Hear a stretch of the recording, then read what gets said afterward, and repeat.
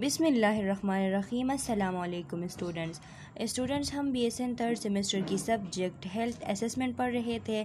इसके कुछ MCQs हमने अपलोड कर लिए थे जो कि चैनल के प्लेलिस्ट में मौजूद है, आप वहां से पढ़ सकते हैं। आज का जो हमारा वीडियो लेक्चर है ये भी कुछ MCQs पे है जो कि हेल्थ असेसमेंट के ओवरऑल कोर्स में जो इम्पॉर्टेंट और जो मुश्किल MCQs है उन पे बनाई जा रही है। आप इसको अच्छे से देखें। अगर आप लोगों को वीडियो पसंद आ जाए तो इसको लाइक करें, चैनल को सब्सक्राइब करें और बेल आइकन को प्रेस करें ताकि नेक्स्ट वीडियो लेक्चर की नोटिफिकेशन आप लोगों को जल्द से जल्द मिल सके। तो स्टूडेंट्स, फर्स्ट नंबर MCQs है, a client comes into the clinic complaining of ear pain during the examination. The nurse notes swelling directly in the front of the client right ear. Which lymph node should the nurse document as being oedematous? तो लिख कह रहा है कि एक client जो है वो क्लिनिक में ईयर पेन का कंप्लेन कर रहा था कि कान में दर्द है। तो एग्जामिनेशन के दौरान नर्स देखती है कि उसके जो क्लाइंट के राइट ईयर है उसके बिल्कुल फ्रंट जो है उसमें स्वेलिंग हुई है। अब नर्स जो है वो क्या लिखेगी कि कौन सा लिम्फ नोड जो है वो एडिमेटस है, उसमें एडिमा हो गया है। ऑप्शन ए है पोस्ट एरिकुलर यानी ईयर्स के पीछे वाला, ऑप्शन बी है प्री एरिकुलर, ऑप्शन सी है सबमेंटल, ऑप्शन डी है ऑक्सीपिटल। तो ये ऑप्शन बी प्री एरिकुलर है, यानी जो अरिकल है उसके सामने ईयर का जो अरिकल है उसके सामने वाला जो लिम्फ नोड है, क्योंकि क्वेश्चन में लिखा है front of the client right ear, तो ये फ्रंट में है, इसका मतलब है प्री एरिकुलर लिम्फ नोड है। MCQs नंबर 2 है, mister Aqeel is a 54-year-old patient who comes to the clinic for an initial dermatology assessment. On examination, you note a non-palpable change in skin color larger than 1 centimeter in size.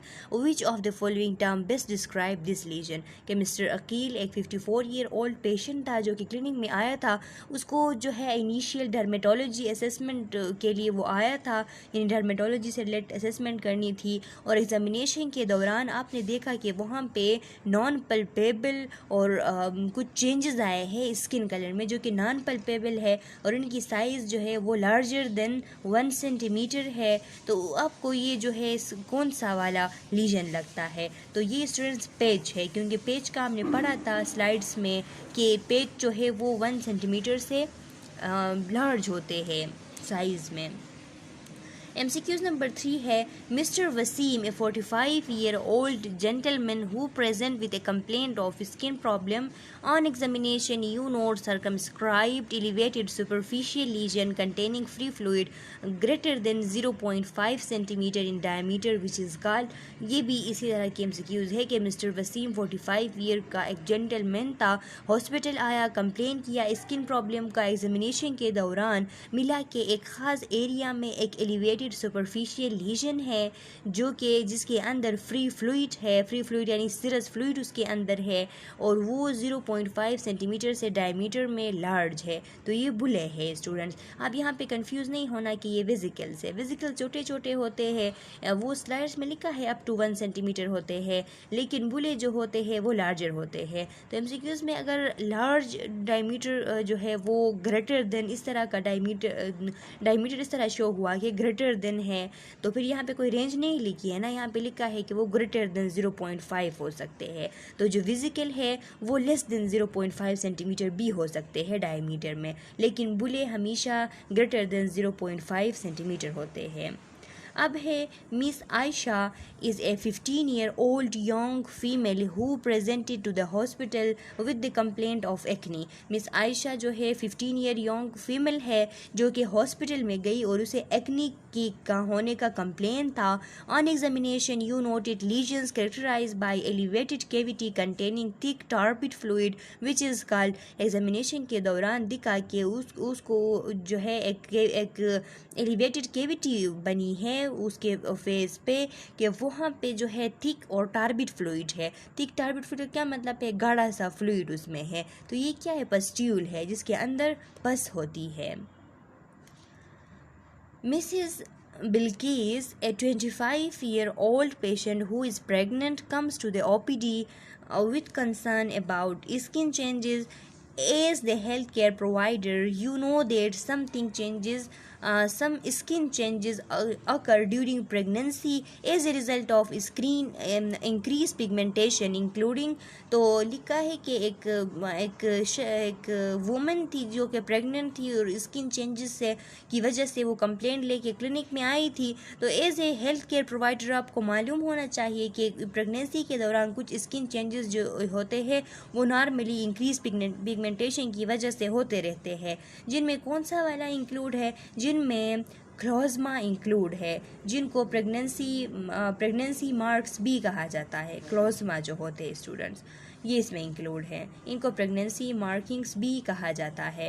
A pregnant women is most likely to demonstrate which of the following alteration in her posture which is directly related to her pregnancy. अगर जो general सर्वे है आप लोगों का chapter number 3 उससे MCQs आ गया तो ये MCQs आ सकता है कि एक प्रेग्नेंट वुमेन है उसके पोस्चर में कुछ इस तरह की फ़र्क आ गई है। प्रेग्नेंट वुमेन की जो पोस्चर होती है वो क्या कहलाती है? तो प्रेग्नेंट वुमेन अगर एरेक्टली खड़ी होती है तो उसका बेली जो है, क्योंकि बच्चा उसमें है तो वो आगे की तरफ निकला होता है और उसका जो वर्टिब्रल कॉलम है वो इन्वर्ट हुआ होता है लास्ट एंड में, क्योंकि बेली बाहर निकला हुआ है तो वो इन्वर्टेड दिखाई देता है। इस कंडीशन को कहा जाता है लॉर्डोसिस। तो ये जो प्रेगनेंसी के दौरान वुमेन की जो पोस्चर होती है वो लॉर्डोसिस वाली होती है। 7 नंबर MCQs है, this part of the body is use to assess pulsation texture and shape. Body के कौन से पार्ट्स जो है वो यूज़ होते हैं जिनसे हम पल्स को देख सकते हैं, टेक्सचर को, साख्त को देख सकते हैं और शेप को देख सकते हैं? तो वो फिंगर पैड्स है स्टूडेंट्स, ऑप्शन ए करेक्ट है। This condition can result from deficiency of oxygen in the blood. कौन सा कंडीशन है जो कि ब्लड में ऑक्सीजन की डिफिशियंसी की वजह से होती है? तो ये MCQs नंबर 8 जो है इसका करेक्ट ऑप्शन ए है, साइनोसिस, जो कि ऑक्सीजन की डिफिशियंसी की वजह से होती है। The type of percussion use for assessment of lung is called. एक टाइप ऑफ परकशन है जो कि लंग्स की असेसमेंट के लिए यूज़ होती है, तो वो कौन सा है? बोथ डायरेक्ट इनडायरेक्ट है, डायरेक्ट है या ब्लंट है? तो ये इनडायरेक्ट है स्टूडेंट्स। अगर इसमें इन्फेंट की आ गई, अगर फॉर एग्जांपल क्वेश्चन ये हुआ कि the type of percussion use for assessment of lungs in infant, अगर इन्फेंट हुआ तो जो इन्फेंट होते हैं उनमें डायरेक्ट परकशन करते हैं, लेकिन जो एडल्ट होते हैं नॉर्मली ये जो परकशंस वगैरह जितने भी हैं ये नॉर्मली जब उसमें कोई लिखा नहीं होना स्टूडेंट्स तो वो एडल्ट्स के लिए माने जाते हैं। न्यूनियर्स के लिए अगर हो, चिल्ड्रन के लिए अगर हो, पिट्स के लिए तो उनके साथ लिखा जाता है कि ये पिट्स के लिए है। तो यहाँ पे एडल्ट की बात हो रही है इस वजह से इनडायरेक्ट है। अगर यहाँ पे पिट्स की बात हो रही होती, बच्चों की, छोटे बच्चे जो है, इन्फेंट्स जो है उनकी, तो फिर ये जो है डायरेक्ट परकशन होती। अब डायरेक्ट और इनडायरेक्ट परकशन में फ़र्क क्या है? डायरेक्ट परकशन में इस तरह होता है कि नीचे उस ऑर्गन के ऊपर हाथ रखा जाता है, फिर दूसरे हाथ से अपने जो हाथ उस पर रखा है उस पर परकस किया जाता है, उस पर स्टिक किया जाता है। और डायरेक्ट में क्या किया जाता है? नीचे हाथ नहीं रखा जाता और डायरेक्टली उसको जो है अपने फिंगर से टच किया जाता है, उसको स्ट्रक किया जाता है। इसको डायरेक्ट परकशन कहते हैं। अब MCQs नंबर 10 है, ulcer is an example of. Ulcer किसकी एग्जाम्पल है? तो आप लोगों को पता है कि अल्सर जो है वो प्राइमरी लीजन नहीं है, बल्कि अल्सर जो है सेकेंडरी लीजन्स में मौजूद था जब हम स्किन असेसमेंट पढ़ रहे थे तो उसमें स्लाइड्स में, तो ये सेकेंडरी लीजन है। This color can result from blood loss, lack of circulation, anemia, anxiety, fear cold। यानी ये एक ऐसी कलर चूज़ करे जो कि ब्लड लॉस की वजह से हो सकती है, लेक ऑफ सर्कुलेशन की वजह से हो सकती है, एनीमिया की वजह से हो सकती है, एनजाइटी की वजह से हो सकती है, और अगर बहुत ज़्यादा कोल्ड हो तो तब भी हो सकती है। तो वो पेलर है स्टूडेंट्स। पेलर ही इस सब कंडीशन में हो सकती है, जब लेक ऑफ सर्कुलेशन हो तब भी, एनीमिया हो, बंदा परेशान हो तब भी, और जब बहुत ज़्यादा कोल्ड हो जाए तो तब भी जो है पेलर हो सकती है। All of the following R technique of physical examination except one. Physical examination के टेक्निक जो है उनमें सब जो है वो इंक्लूड है और कौन सा नहीं है? तो इनमें फ़िज़िकल एग्जामिनेशन कौन सा है स्टूडेंट्स? ये जो फ़िज़िकल एग्जामिनेशन इसके में लिखा है, देखिए आप लोग देख ले, फ़िज़िकल एग्जामिनेशन इसमें लिखा है। तो इंस्पेक्शन पल्पेशन भी फिज़िकल एग्जामिनेशन है, इसमें हम बंदे को फिज़िकली देखते हैं। पल्पेशन भी जो है वो फिज़िकली हम देखते हैं। अस्कल्टेशन भी हम फिज़िकली साउंड जो है उसको सुनते हैं, अस्कल्टेट करते हैं।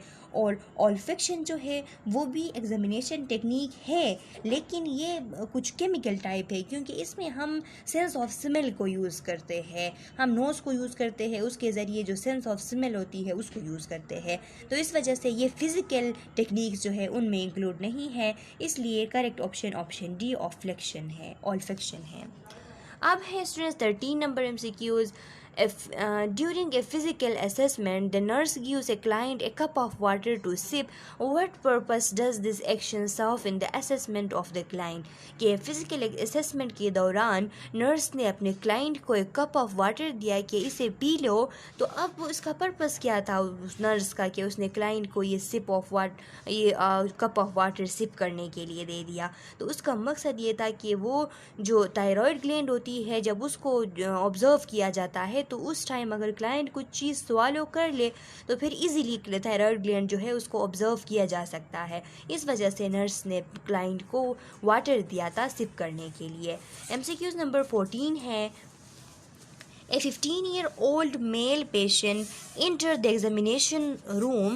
On examination, the nurse noted that angle between nail plate and nail is more than 180 degree. This condition is termed as. यानी लिखा है कि एक 15-year-old patient थी जो कि एग्जामिनेशन रूम में इंटर्ड हुई। एग्जामिनेशन के दौरान नर्स ने नोट किया कि उसके जो नेल प्लेट है उसके दरमियान जो डिग्री है वो क्या हुआ है, वो मोर देन 180 हो गया है, मोर देन 180 डिग्री हो गया है। अब इस कंडीशन का मतलब क्या है? तो इस कंडीशन का ये एक ऐसी कंडीशन है जिसे हम क्लबिंग कहते हैं। क्लबिंग किस वजह से होती है? जब कभी लंग्स कैंसर होती है या फिर जो है हाइपोक्सिया होती है, तो इस वजह से नेल्स में क्लबिंग होती है, उनकी जो कन्वेक्सिटी होती है वो इंक्रीज़ हो जाती है और डिग्री जो है वो 180 डिग्री तक नेल प्लेट की हो जाती है। इस कंडीशन को क्लबिंग कहा जाता है। MCQs नंबर 15 है students. Which type of legion will be present on the lips of patient with herpes simplex? अगर किसी पेशेंट को हर्पीज सिम्प्लेक्स है तो उसके लिप्स में कौन सी लीजन होगी? तो वो ग्रुप्ड वेजिकल्स होंगे। हर्पीज सिम्प्लेक्स की वजह से क्या होता है स्टूडेंट्स, यहाँ पे लीनियर वेजिकल भी है, लेकिन यहाँ पे जब लिप्स पे बनते हैं ये वेजिकल्स तो लिप्स पे ग्रुप्ड वेजिकल्स बनते हैं, ग्रुप में बनते हैं। 16 नंबर MCQs है. A patient come to OPD with skin lesion. एक पेशेंट OPD में आया जिसको स्किन लीजन्स थी. The nurse find that the skin lesion are elevated, sharply defined, less than 1 centimetre in diameter. Nurse ने observe किया कि जो लीजन है वो एलिवेटेड है, शार्पली डिफाइंड, उन्हें डिफाइन जो है शार्पली किया जा सकता है, वो लेस देन 1 सेंटीमीटर है डायमीटर में, and filled with serous fluid, और उनके अंदर जो है वो सीरस फ्लूइड मौजूद है. The nurse document her observation as. अब नर्स जो है किस तरह डॉक्यूमेंट करेगी अपनी ऑब्जर्वेशन को कि ये क्या है? तो ये वेजिकल्स है, क्योंकि पस्ट्यूल के अंदर पस होता है और पेप्यूल जो है उसके अंदर पप्यूल जो है वो इस तरह वेजिकल्स की तरफ नहीं होती, तो इस वजह से ये वेजिकल्स है। अब 17 नंबर MCQs है स्टूडेंट्स के. The skin lesion that are found by the nurse during physical examination of a patient and described as firm edematous and irregularly shaped areas of varying diameter are called. यानी skin legion जो है, कैसी skin legion के nurse ने find किया physical examination के दौरान कि ये जो है एक फॉर्म है, एडिमेटस है, यानी इसके अंदर फ्लूइड की कमुलेशन हुई है और उसकी शेप इर्रेगुलर है. तो स्टूडेंट्स आप इस बात पे पहचान ले कि हमने पढ़ा था जो व्हील होती है उनकी शेप बिल्कुल इर्रेगुलर होती है, तो ये व्हील का बता रहा है. MCQs नंबर 18 है. During physical examination of a patient skin and finger nails, the nurse note a linear brown streak in A nail plate. Nurse जो है वो स्किन और फिंगर नेल्स की एग्जामिनेशन कर रही थी. नर्स को फाइंड हुआ एक linear brown coloured streak nail plate में. Which documenting has this finding the nurse should use to the following. अब नर्स इसको क्या कहेगी? तो स्टूडेंट्स ये स्प्लिंटर हिमोरेज है. स्प्लिंटर हिमोरेज की वजह से ये एक लाइन सी नेल प्लेट में बन जाती है, इसको कहा जाता है splinter haemorrhage. Keloid is an example of, keloid जो है स्टूडेंट्स ये कौन सा है, ये भी सेकेंडरी लीजन है। This condition can result from increased level of bilirubin in the blood and under the skin। कौन सी कंडीशन है कि ब्लड में बिलिरुबिन की लेवल इंक्रीज़ होने से और अंडर द स्किन इसकी लेवल इंक्रीज़ होने से होती है, तो फिर ये जॉन्डिस है जो कि बिलिरुबिन के इंक्रीज़ होने की वजह से होती है।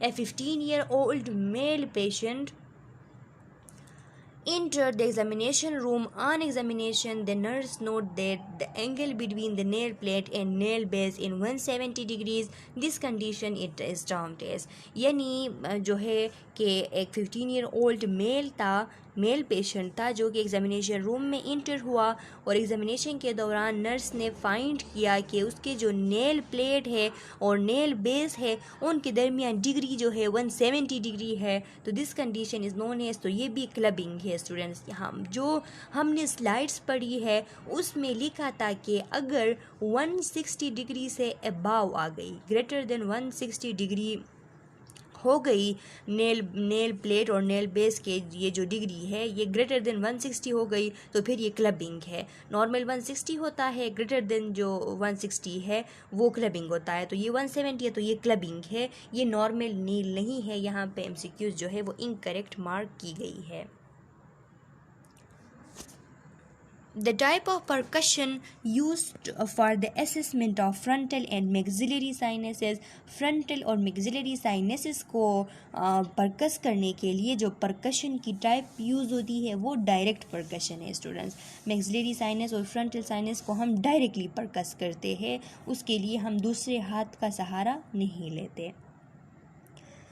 ए nursing diagnosis is best described as, nursing diagnosis किस चीज़ को बेस्ट डिस्क्राइब करता है, क्लाइंट एक्चुअल और पोटेंशियल जो हेल्थ प्रॉब्लम होते हैं क्लाइंट के लिए पेशेंट के लिए जितने भी एक्चुअल उसी टाइम पे होने वाले और पोटेंशियल जो कि पेशेंट को रिस्क पे डाल देते हैं, ऐसे प्रॉब्लम्स जो है उनको नर्सिंग डायग्नोसिस बेस्टली डिस्क्राइब करती है। A nurse while taking interview from a 50-year-old male patient. During the interview, she maintained eye contact with the patient and state, "Go on." What type of interviewing technique is being demonstrated?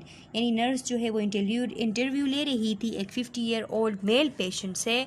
Interview के दौरान जो है client ने आई contact जो है अपने patient के साथ मेंटेन किया और आगे जाती रही। अब ये किस किस्म की जो है इंटरव्यू थी, तो ये फैसिलिटेशन वाली इंटरव्यू थी कि नर्स अपने पेशेंट को फैसिलिटेट कर रही थी, उसके साथ आई कांटेक्ट कर रही थी और फिर उसको कह रही थी कि गो ऑन, हाँ बताते जाओ, मींस कि मैं सुन रही हूँ।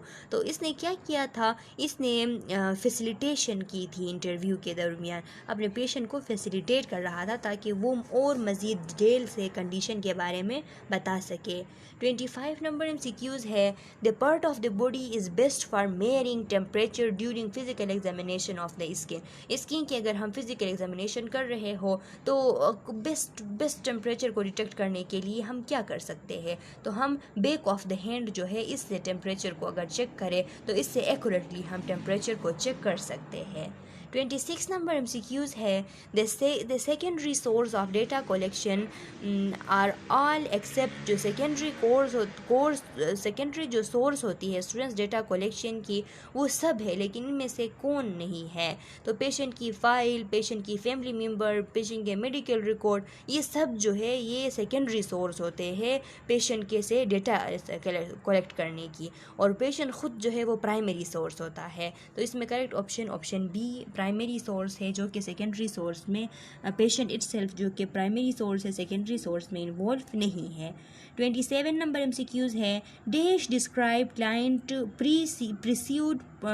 Pursued pattern of health and well being and how health is taken care of, यानी कौन सी ऐसी चीज़ है जो कि डिस्क्राइब करती है एक पेशेंट के जो पैटर्न ऑफ हेल्थ है और वेल बीइंग है उसको, और जो है किस तरीके से हेल्थ केयर प्रोवाइड किया जाए उसको। तो ये हेल्थ परसेप्शन एंड मैनेजमेंट है कि पहले हेल्थ की परसेप्शन करनी है, हेल्थ को समझना है कि हेल्थ किस स्टेज पे है और फिर उसकी मैनेजमेंट करनी है, तो ये ऑप्शन डी है। Mr. Bashir is a 53-year-old patient who comes to the clinic for routine follow-up for his chronic lung disease. During examination, the nurse noted bluish appearance of the lips and mucous membrane of the mouth. What is the condition called? यानी लिखा है कि mister Bashir जो कि 53 years old patient है, वो clinic में आता है रूटीन फॉलोअप के लिए क्योंकि उसको क्रोनिक लंग डिजीज़ है। अब एग्जामिनेशन के दौरान नर्स फाइंड आउट करती है कि उसको ब्लूइश अपीयरेंस हुआ है, लिप्स ब्लू हुए हैं, म्यूकस मेम्ब्रेन भी ब्लू हुई है।